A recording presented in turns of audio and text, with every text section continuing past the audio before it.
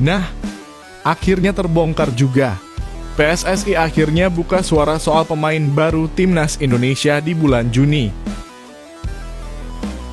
Nah loh, ada apa ini?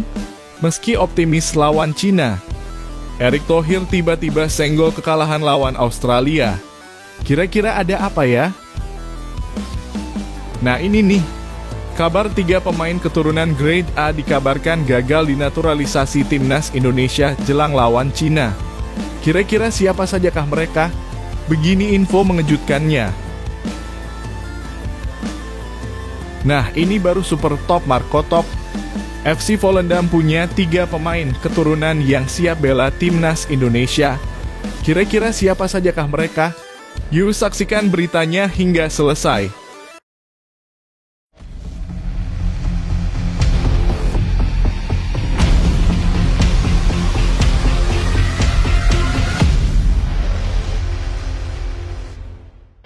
Mohon subscribe channel Timnasku Indonesia agar tidak ketinggalan informasi Timnas Indonesia. Optimistis lawan Cina, Erick Thohir tiba-tiba senggol kekalahan lawan Australia. Jelang laga penentu melawan Cina dan Jepang, Ketua Umum PSSI Erick Thohir memberikan pernyataan mengejutkan namun penuh harapan.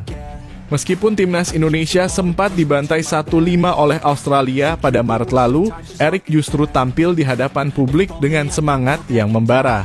Sepak bola tetaplah sepak bola. Ketika kami percaya bisa imbang lawan Australia, kita justru kalah telak. Tapi itu pelajaran penting, ungkap Erick. Ucapan ini jelas menjadi refleksi yang dalam sekaligus tamparan halus bagi mereka yang terlalu cepat mencela. Namun, Erick tidak ingin terjebak dalam bayang-bayang kekalahan. Sebaliknya, ia justru mengajak semua pihak untuk bangkit dan bersatu. Ia optimis peluang Indonesia lolos ke Piala Dunia 2026 masih terbuka lebar asalkan 2 laga terakhir dijalani dengan persiapan matang dan dukungan penuh dari seluruh rakyat Indonesia. Laga kontra Cina pada 5 Juni 2025 di Stadion Gelora Bung Karno akan menjadi titik krusial. Jika mampu meraih kemenangan, Timnas Indonesia bukan hanya menjaga asa, tetapi juga membuka peluang menyalip Australia dan Arab Saudi di klasemen.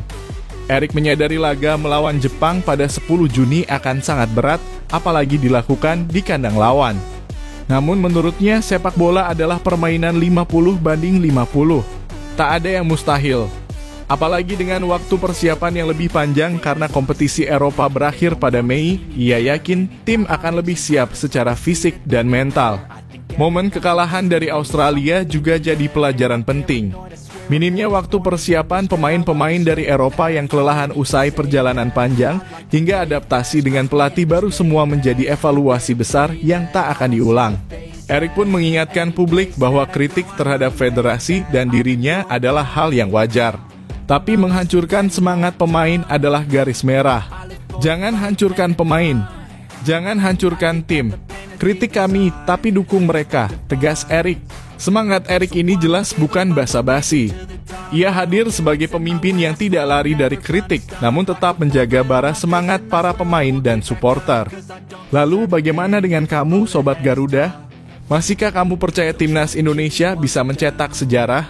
Yuk, tulis pendapatmu di kolom komentar. Apakah menurut kamu Timnas bisa bangkit dan menumbangkan Cina? Atau masih ada keraguan setelah kekalahan lawan Australia?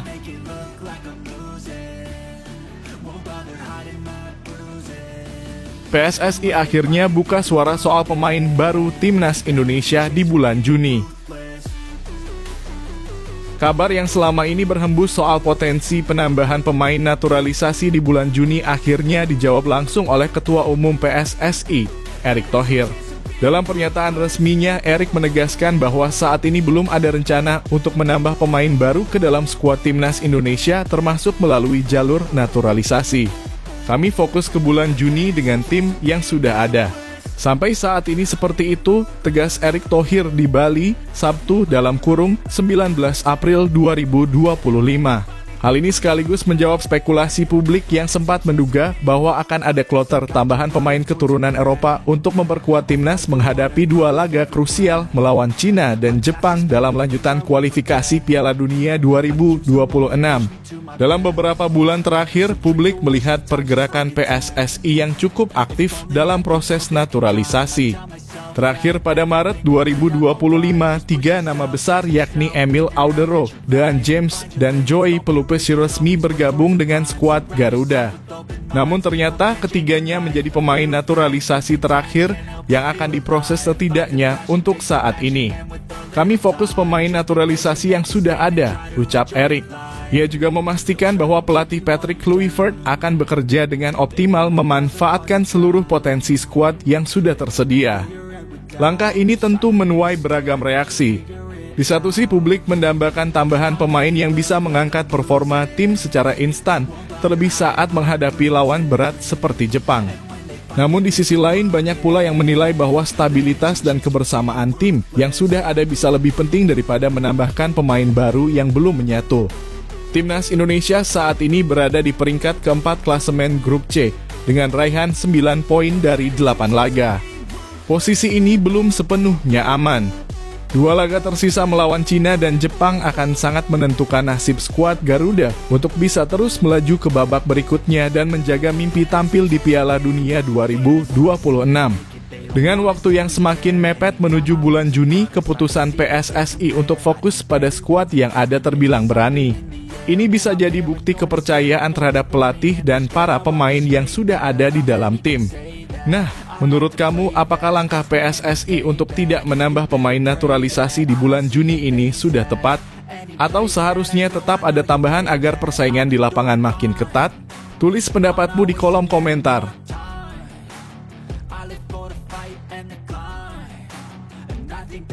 Tiga pemain keturunan grade A gagal dinaturalisasi timnas Indonesia jelang lawan Cina.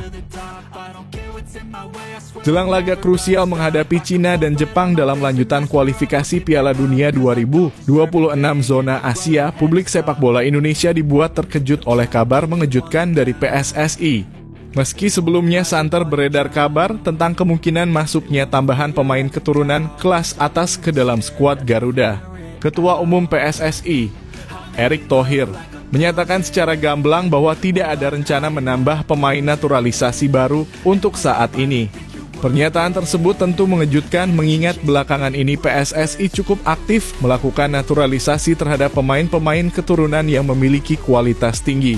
Dalam 1 tahun terakhir saja, PSSI sudah menambahkan beberapa nama besar seperti Emil Audero, Joey Pelupesi, hingga Dan James ke dalam skuad timnas. Namun kali ini langkah berbeda diambil menjelang laga penentuan yang sangat penting bagi nasib Indonesia di babak ketiga kualifikasi.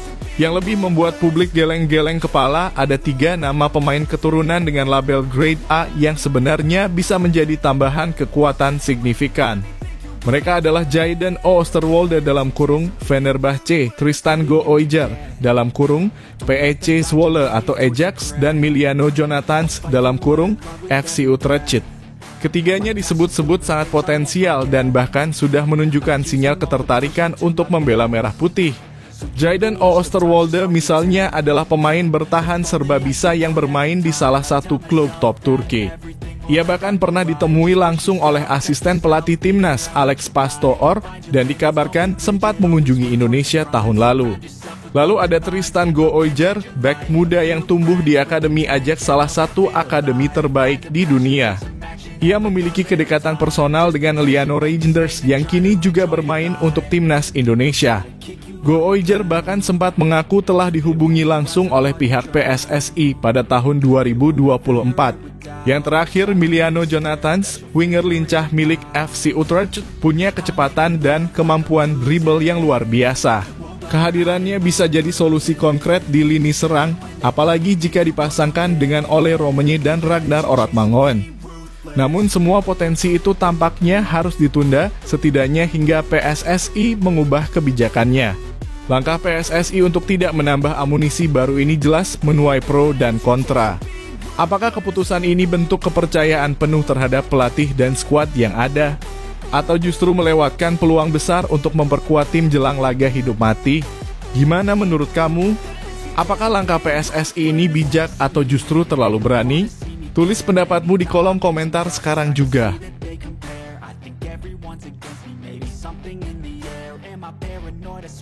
Akhirnya dijawab, kabar Timnas Indonesia U17 diperkuat pemain naturalisasi baru di Piala Dunia. Setelah sekian lama menjadi tanda tanya di kalangan pecinta sepak bola tanah air, kabar mengenai kehadiran pemain keturunan Belanda di Timnas Indonesia U17 akhirnya mulai menemui titik terang.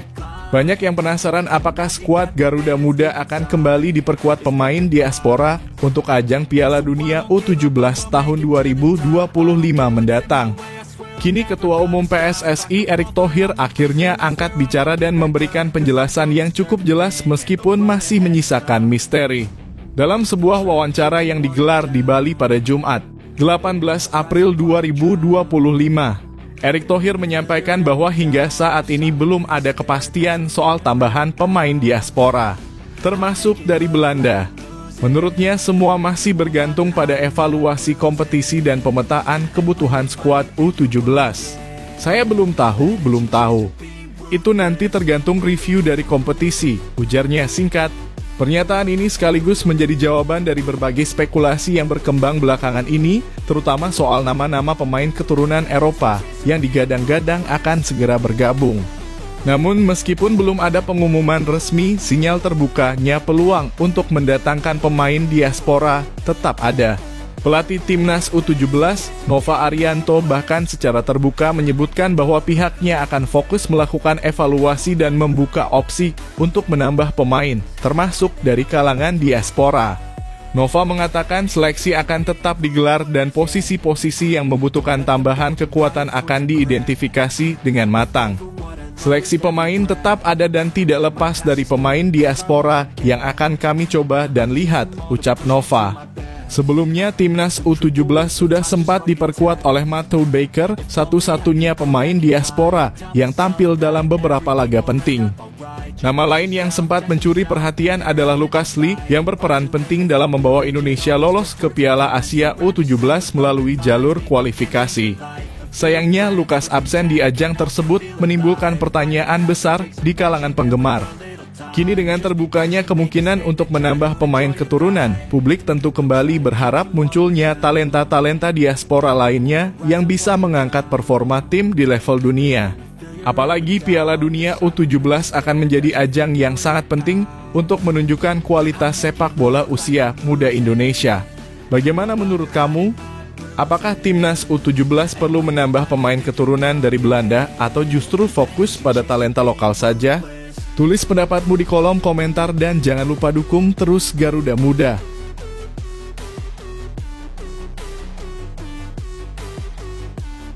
Akhirnya Erick Thohir jawab soal asisten pelatih lokal Timnas Indonesia. Setelah sekian lama menjadi perbincangan hangat di kalangan pecinta sepak bola tanah air, teka-teki soal siapa sosok asisten pelatih lokal yang akan mendampingi Patrick Kluivert di Timnas Indonesia akhirnya mulai menemukan titik terang. Ketua Umum PSSI Erick Thohir akhirnya angkat bicara dan memberikan penjelasan penting terkait hal ini. Dalam pernyataannya kepada awak media pada Sabtu 19 April 2025, Erick mengungkapkan bahwa proses penunjukan asisten pelatih lokal tidak bisa dilakukan secara tergesa-gesa. Menurutnya, semua keputusan harus dilakukan secara matang dengan mempertimbangkan banyak aspek strategis demi masa depan timnas yang lebih baik. Penunjukan asisten pelatih lokal akan dilakukan melalui koordinasi langsung dengan pelatih kepala Patrick Kluivert serta asistennya, Gerald Vandenburg, ujar Erick. Kami ingin memberikan keleluasaan kepada mereka untuk menentukan sosok yang tepat sesuai dengan filosofi dan sistem kerja mereka, tambahnya. Erick juga menegaskan bahwa saat ini PSSI tengah fokus pada pembangunan sistem jangka panjang, termasuk pembenahan struktur pelatih dari level usia muda hingga senior. Hal ini ia anggap sangat penting agar tidak ada benturan visi dan strategi antar tim nasional kelompok umur. Banyak yang bertanya kenapa belum diumumkan sejak Februari, padahal janji itu sudah ada. Tapi percayalah, semua ini sedang dalam proses. Kami sudah punya technical advisor, Jordi Truif, dan sekarang sedang mencari direktur teknik yang bisa menyelaraskan program dari U17, U20, U23, hingga senior, jelasnya. Ia pun mengambil contoh dari dua negara yang sudah sangat mapan dalam urusan pembinaan sepak bola, yaitu Uzbekistan dan Jepang. Kalau kita lihat, mereka sudah punya sistem pembinaan yang rapi dan terstruktur. Kita belum sampai di sana. Maka dari itu semua ini butuh waktu, ujar Erick. Pernyataan ini tentu menjadi angin segar sekaligus penegasan bahwa proses transformasi sepak bola Indonesia sedang berjalan ke arah yang lebih serius dan profesional. Bukan sekadar mencari nama, namun memilih sosok yang benar-benar cocok dan mampu bekerja sama secara harmonis dengan tim pelatih asing. Nah, setelah mendengar penjelasan langsung dari Erick Thohir, bagaimana menurut kalian? Apakah kalian setuju dengan langkah PSSI yang mengedepankan koordinasi dan sistem? Atau kalian punya pendapat lain soal siapa yang pantas menjadi asisten pelatih lokal? Yuk, tuliskan pendapat kalian di kolom komentar. Apakah menurut kalian langkah ini sudah tepat? Siapa nama lokal yang menurut kalian layak mendampingi Kluivert?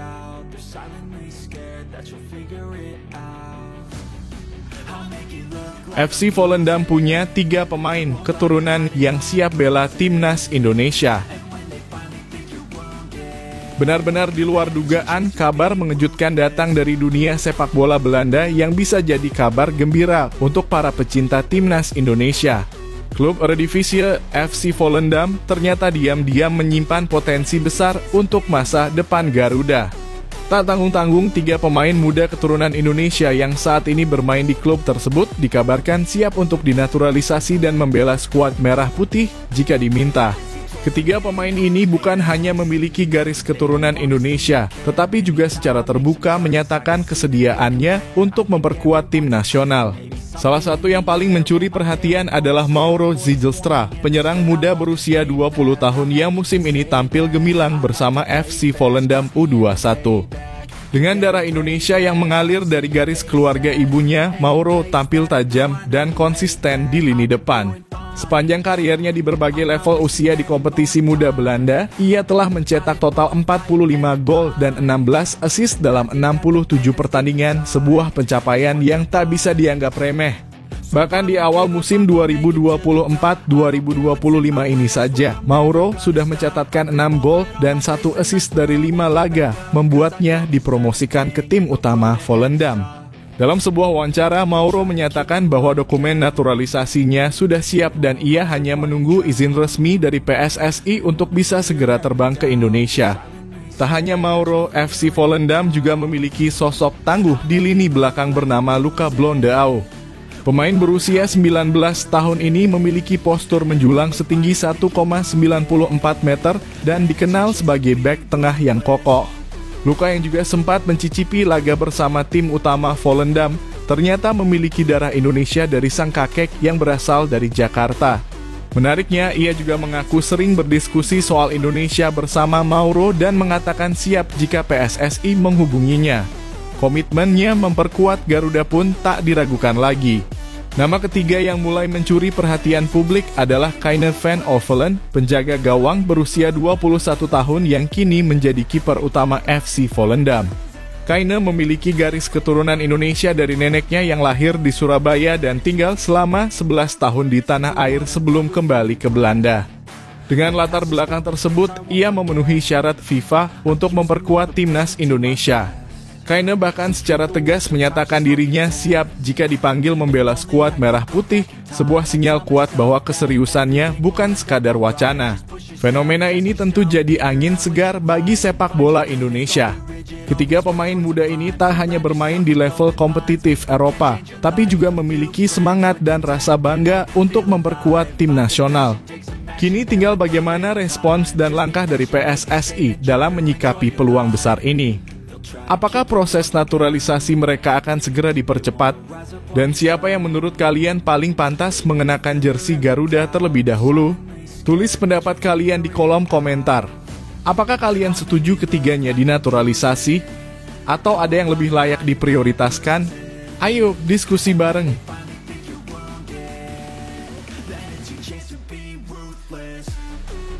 Nova Arianto akhirnya bongkar kecurangan pencurian umur Korea Utara. Kabar mengejutkan akhirnya datang dari pelatih timnas U17 Indonesia, Nova Arianto, usai kepulangan timnya dari ajang Piala Asia U17 2025 di Arab Saudi. Setelah sebelumnya diam dan memilih tidak ikut berspekulasi terkait isu pencurian umur oleh timnas Korea Utara U17. Nova akhirnya angkat bicara dan apa yang ia sampaikan membuka mata publik. Dalam wawancara terbaru, Nova Arianto memang tak secara langsung menuduh Korea Utara curang. Namun ia mengisyaratkan bahwa dugaan kecurangan tersebut benar-benar terasa dampaknya saat laga perempat final. Seperti diketahui, Indonesia tampil luar biasa di fase grup dengan mencatat 3 kemenangan meyakinkan atas Korea Selatan dalam kurung 1-0, Yaman dalam kurung 4-1, dan Afghanistan dalam kurung 2-0. Namun performa itu seolah menguap begitu saja ketika harus berhadapan dengan Korea Utara yang tampil beringas dan menang dengan skor mencolok 6-0. Isu pencurian umur mulai mencuat usai laga tersebut. Sejumlah pihak, termasuk pengamat sepak bola Bung Harpa, menyatakan bahwa Iran telah secara resmi mengajukan protes ke AFC karena menduga Korea Utara memainkan pemain yang usianya lebih tua dari batas maksimal kategori U17.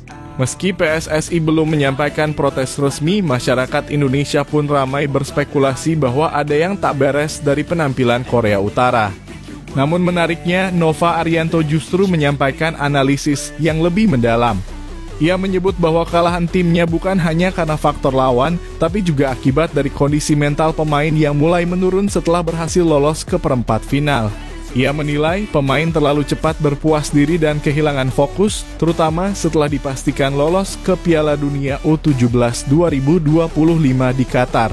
Fokus pemain sedikit lepas dan secara mental saya lihat pemain juga sedikit lepas setelah kita memastikan lolos.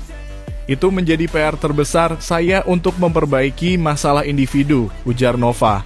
Pernyataan ini menunjukkan bahwa Nova Arianto berusaha membentuk mental juara dalam skuad Garuda Muda tidak hanya mencari alasan eksternal, tapi juga mengevaluasi kelemahan dari dalam tim sendiri. Namun begitu, fakta bahwa Korea Utara akhirnya juga tumbang 3-0 dari Uzbekistan di semifinal menambah panas isu manipulasi umur yang hingga kini masih menjadi misteri. Apakah benar lawan kita saat itu bermain curang atau murni lebih unggul secara kualitas? Bagaimana pendapat kalian? Apakah Indonesia benar-benar kalah karena faktor mental atau ada unsur ketidakadilan dari pihak lawan? Tuliskan opinimu di kolom komentar dan mari berdiskusi.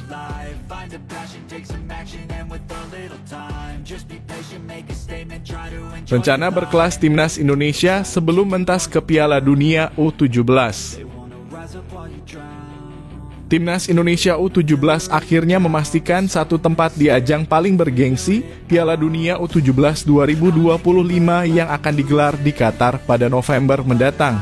Meskipun langkah mereka terhenti di babak perempat final Piala Asia U17, target utama yang dicanangkan yakni lolos ke Piala Dunia berhasil diraih. Namun, perjuangan belum selesai. Justru babak baru akan segera dimulai. Pelatih Nova Arianto tak ingin gegabah dalam mempersiapkan tim menuju turnamen yang jauh lebih kompetitif. Oleh karena itu, setelah pulang ke tanah air, Nova memutuskan untuk meliburkan para pemain selama 2 bulan penuh. Keputusan ini bukan tanpa alasan. Menurutnya, para pemain butuh waktu untuk memulihkan fisik dan mental setelah menjalani pertandingan intens di Arab Saudi. Kami akan libur sekira 2 bulan dan mulai latihan lagi bulan Juli, ujar Nova.